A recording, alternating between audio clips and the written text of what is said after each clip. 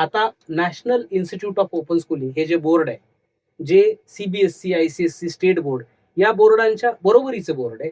तिथं तुम्ही ऍडमिशन घेऊ शकता आणि त्यासाठी कुठल्याही शाळेत जायची तुम्हाला गरज नाही. बरं. मूळ मुद्दा आहे होम स्कूलिंग म्हणजे काय? कुठल्याही स्ट्रक्चर्ड शाळेत न जाता तुम्हाला 10वी आणि 12वी पास करता येत जर असेल तर त्याला होम स्किलिंग होतो. ह्याचाही एक अतिशय एक्स्ट्रीम जो भाग आहे त्याला अनस्कूलिंग असं म्हणतात. म्हणजे शाळेतच जायचं नाही, त्याला कुठल्या स्ट्रक्चरने शिकवायचं नाही. आणि एक प्रकार म्हणजे आपण जे सांगतो की सुटाबुटात सैनिकी शिस्तीत शाळेत जाऊन 24/7 त्या रचनेत राहून शिकायचं. मधला पर्याय म्हणजे त्याला शिकायचं, त्याच्या पेसनी त्याच्या आवडीनुसार शिकायचं. मग मी काही माणसांकडे ट्युशन लावेल, मी स्वतः शिकवेल, पण फार अट्टहास मार्कांचा करायची गरज नाही.